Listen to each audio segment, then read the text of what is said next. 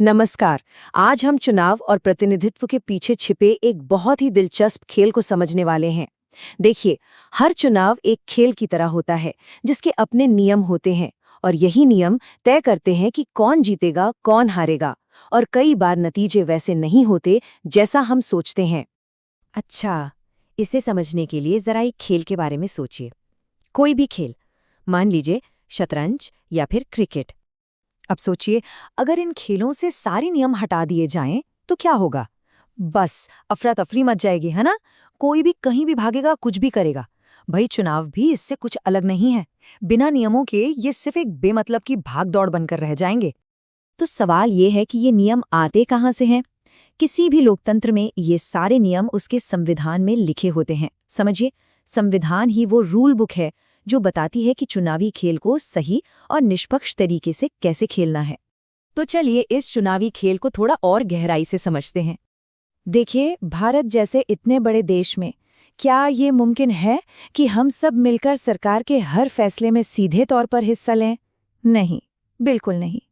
इसी को प्रत्यक्ष लोकतंत्र कहते हैं, जो छोटे शहरों या ग्रुप्स के लिए तो ठीक है, पर करोड़ों लोगों के देश के लिए ये प्रैक्टिकल नहीं है। और इसीलिए हम एक दूसरी व्यवस्था का इस्तेमाल करते हैं, जिसे कहते हैं प्रतिनिधि लोकतंत्र। इसमें हम नागरिक यानी हम लोग अपने प्रतिनिधि चुनते हैं जो हमारी तरफ से फैसले लेते हैं। और इन प्रतिनिधियों को चुनने का तरीका क्या है? जाहिर है, चुनाव। तो ये तो साफ हो गया कि हमें प्रतिनिधियों की जरूरत क्यों है। पर असली खेल तो ये है कि हम उन्हें चुनते कैसे हैं। भारत में हम एक बहुत ही खास किस्म की चुनावी व्यवस्था अपनाते हैं। चलिए अब इस खेल के नियमों को समझते हैं।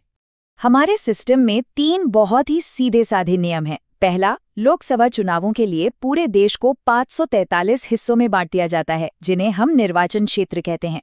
दूसरा, हर निर्वाचन क्षेत्र से सिर्फ एक ही प्रतिनिधि चुना जाएगा। और तीसरा, और ये सबसे दिलचस्प है, जिस उम्मीदवार को बाकियों से सिर्फ एक वोट भी ज्यादा मिल गया, बस वही जीत गया, भले ही उसे आधे वोट भी न मिले हों। इसी प्रणाली को कहते हैं फर्स्ट पास्ट द पोस्ट, या आसान भाषा में कहें तो जो सबसे आगे वही जीते। ये एक दौड़ की तरह है, जो फिनिश लाइन सबसे पहले पार कर ले वही विजेता है। अब देखते हैं कि ये फॉर्मूला असल में काम कैसे करता है और इसके नतीजे कितने कितने ज्यादा चौंकाने वाले हो सकते हैं। चलिए आपको 1984 के लोकसभा चुनाव में ले चलते हैं। एक ऐतिहासिक चुनाव। कांग्रेस पार्टी ने 543 में से 415 सीटें जीती, मतलब लगभग 80% सीटें। भारतीय राजनीति में ऐसी जबरदस्त जीत कभी नहीं देखी गई थी। अब ये देखकर तो किसी को भी यही लगेगा कि देश के ज्यादातर वोटर्स ने, मतलब शायद हर 5 में से 4 लोगों ने कांग्रेस को ही वोट दिया होगा, है ना? लेकिन क्या ये सच है? अब जरा इन आंकड़ों पर नजर डालिए। ये पूरी कहानी को पलट कर रख देते हैं। कांग्रेस को असल में वोट मिले थे सिर्फ 48%। सोचिए, आधे से भी कम लोगों ने उन्हें वोट दिया, लेकिन सीटें मिली 80% से भी ज्यादा। और दूसरी तरफ बीजेपी को 7.4% वोट मिले, पर सीटें सिर्फ 2। तो ये साफ है, 1984 में 48% वोट कांग्रेस को मिले। इसका मतलब ये भी है कि 52% वोटर्स ने, यानी आधे से ज्यादा लोगों ने, किसी और पार्टी को वोट दिया था। पर जैसे ही इन वोटों को सीटों में बदला गया, जादू देखिए। कांग्रेस के वो 48% वोट संसद में 80% सीटों में बदल गए, और बाकी सभी पार्टियों के 52% वोट वो सिमट कर रह गए सिर्फ 20% सीटों में।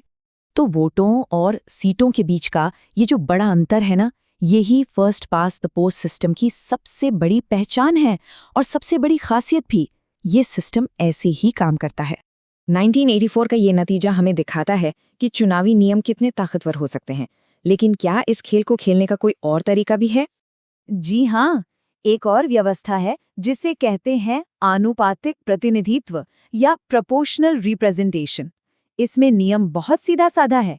आपको जितने प्रतिशत वोट मिलेंगे, आपको लगभग उतने ही प्रतिशत सीटें मिलेंगी। तो दोनों में फर्क क्या हुआ? हमारे first past the post system में जो जीता वो सब कुछ ले गया, और हारने वाले उम्मीदवारों को मिले सारे वोट एक तरह से बर्बाद हो गए। दूसरी तरफ प्रोपोर्शनल सिस्टम में सीटें वोटों के हिसाब से बढ़ती हैं, जिससे कम वोट बर्बाद होते हैं। इजराइल जैसे कई देश इस सिस्टम का इस्तेमाल करते हैं। यहाँ देखिए, लिकुड पार्टी को 23.4% वोट मिले और उन्हें 120 में से 30 सीटें मिली, जो करीब 25% है। आप देख सकते हैं कि वोट शेयर और सीट शेयर एक दूसरे के कितने करीब हैं। तो ये एक बिल्कुल ही अलग तरह की व्यवस्था है और ये हमें हमारे अपने सिस्टम के बारे में सोचने पर मजबूर जरूर करती है। तो अंत में ये साफ है कि नियम आखिर क्यों मायने रखते हैं, क्योंकि यही नियम तय करते हैं कि सत्ता किसे मिलेगी, कौन सी पार्टियां कामयाब होंगी और सरकार में किसकी आवाज सुनी जाएगी। एक तरह से कहें तो चुनावी खेल के नियम ही निष्पक्षता की परिभाषा तय करते हैं। और ये हमें एक बहुत ही जरूरी सवाल पर लाकर छोड़ देता है। तो फिर वो कौन से नियम हैं जो एक ज्यादा निष्पक्ष, एक ज्यादा फेयर खेल बनाते हैं? इसका कोई एक सही जवाब नहीं है, लेकिन इस सवाल पर सोचना हर लोकतंत्र के लिए बहुत जरूरी है।